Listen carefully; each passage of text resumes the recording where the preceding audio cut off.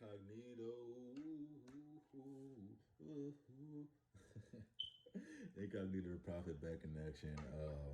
Back with another video. Today, I'm gonna be starting a new segment called Lemme Put You On. Basically, I'm gonna be going through stuff that I do in my regular time or stuff that I enjoy personally, and putting you on. It's just that simple. It's gonna be. I don't know how long this video is gonna be, but I don't got that much to talk about. A lot of I'm gonna tell you this. I'm gonna say this right here. A lot of this stuff is gonna be like basic. So like you know what I'm saying. It's gonna be like, well, not a lot of it. I guess like a lot of it isn't.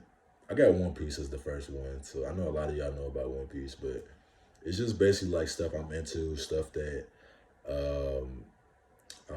stuff that you know what I'm saying brings me joy, and maybe it'll bring you joy. So yeah, I don't know. Let's get right into it. So I got a couple things on here. I got a couple books. I got a couple anime and books. That's what I got this episode. So yeah, I'm into all types of shit, but I want to start it off easy, stuff that I really know about, stuff like I can really articulate. So yeah, the first thing I want to put you on is One Piece. One Piece is an anime about pirates. One pirate in particularly is named Luffy. It's really not about one pirate. It's about his crew. Luffy and his crew. He's a pirate crew. He's set not to be the pirate king, and basically, yeah, it's about him and his adventures. Him going through getting his crew and trying to get as strong as he can. It's really not about him getting strong. It's him making his way through the Grand Line to find the legendary pirate left by the former pirate king before him, Goldie Roger, and yeah, it's a real good story. I love his crewmates. Like people always ask me, who's your favorite character in One Piece? All of them. I like the whole Straw Hat crew. If I had to pick one favorite character, it would be Brooke because he's funny. I like Usopp too because he's like the human. If you were a person on the Straw Hat crew, you would be Usopp. You know what I'm saying? He's like he doesn't have any powers. He's just a regular person, and yeah, I love One Piece. My favorite thing about One Piece is the world building. After each arc, we get like these big chapters expanding on like the world and what's going on, the ramifications of what Luffy just did on the world, and I love that. You know what I'm saying? So yeah, it's like my bride, One Piece. You know, selling point. So yeah, One Piece is definitely something you have to get on if you watch anime. You know what I'm saying? Got two more animes for y'all. Dead Man Wonderland. Dead Man Wonderland, bro. Where do I fucking start? So basically, you got this kid named I don't even know remember his name, Ganta.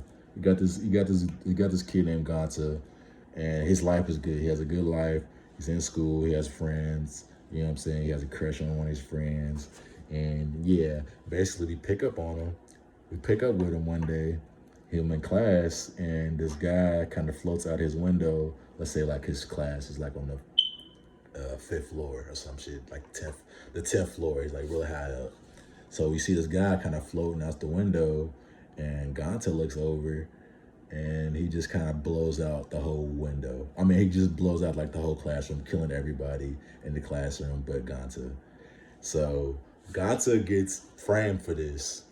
Ganta gets framed for this, and it's kind of like they set him up. We're gonna get back to that. Ganta gets framed for it, and he gets sent to this prison called Dead Man Wonderland. Dead Man Wonderland is like it's an amusement park where they're like killing and torturing prisoners, but they're kind of framing it like it's fake. So like people's in the crowd watching like prisoners running through obstacle courses, getting their legs cut off and shit. But like this, it's advertised as it's fake. So you know what I'm saying? They're not suspecting anything. You know what I'm saying?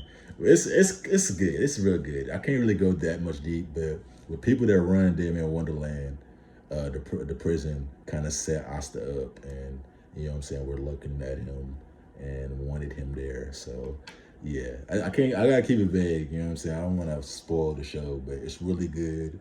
You know what I'm saying. You got the regular prisoners there, and then you got dead men. You know what I'm saying? What's dead man? Watch the show. So yeah, it's a good little synopsis. The next thing I want to tell you, next thing I want to try to put y'all on is Promise Neverland. Promise Neverland is Ooh, we talking about self-contained stories. Like I can just pick this up and read it all the way through and be completely satisfied. Promise Neverland's first arc is right up there. Just a little quick synopsis. It's about orphans this is one that I can't really say too much about. It's about orphans that live their life, that's loving life. One day, you know what I'm saying? One of their friends get adopted, and they want to say goodbye to her, and they see that she's not getting adopted by. They see that, you know what I'm saying, things are what they are. Things are what they seem to be. So it's a really good show. It's the MCs are kids, so it's different. They're really like intelligent kids. So yeah, it's a murder mystery. It's not a murder mystery. It's like a really like intense mystery for the first like 12 episodes. I would recommend you read the manga because the second season kind of shoves like 100 chapters into 10 episodes for some reason. So I would recommend you like watch the first season and then see where like the last episode picks up in the manga and continue reading from there. But Promise Neverland, peak fiction. Next thing I have is Wheel of Time. Y'all heard me talk about Wheel of Time on here. You heard me talk about Wheel of Time a lot on here, but to give a brief synopsis of Wheel of Time is basically you have the Dark One and the Creator. You know what I'm saying? The light and the dark side, and basically the dark side has this power called the True Power, and only him and his minions can touch it, and the Dark One has the power called the One Power, which is split up between Saidin and Saidar. You know what I'm saying? Saidin is used by men, Saidar is used by females. You know what I'm saying? So basically, it's an eternal struggle between good and evil, and we pick up with the Dragon Reborn, who's representing the light, and we pick up with the Forsaken, who's representing the darkness. And basically, we're just looking at their struggles. Everything that happens in the wheel happens again. It's destined to happen again. So, yeah, it was a bad synopsis. It's really good. It's a really good. If we're talking about big scales of fantasy series, the fantasy series that's on a crazy scale, Wheel of Time is right up there. It's another series where you can easily be spoiled on it, so I don't even want to tell you who's the Dragon Reborn or like what a Dragon Reborn is. Like, it's really good. So much foreshadowing in the earlier books. Like I probably read through it like 3 times. So much early foreshadowing, so much mastercraft. You know what I'm saying? I love it. I love Wheel of Time. Aragon Wheel of Time will always be up there for my fantasy series. So yeah, I wanna go right into so the last 3 Wheel of Time books was written by Brandon Sanderson, which is he's kind of like the GOAT fantasy author right now. So I want to put you guys on one of his series called Mistborn. It's basically about this girl named Ren, and is it Ren? Ren? Hey, bro, don't clown me. I'm sorry, I haven't read it in a long time, but it's basically like you have to eat metal, and you burn it, and you get different powers from it. That's the power system. Like, it's cold.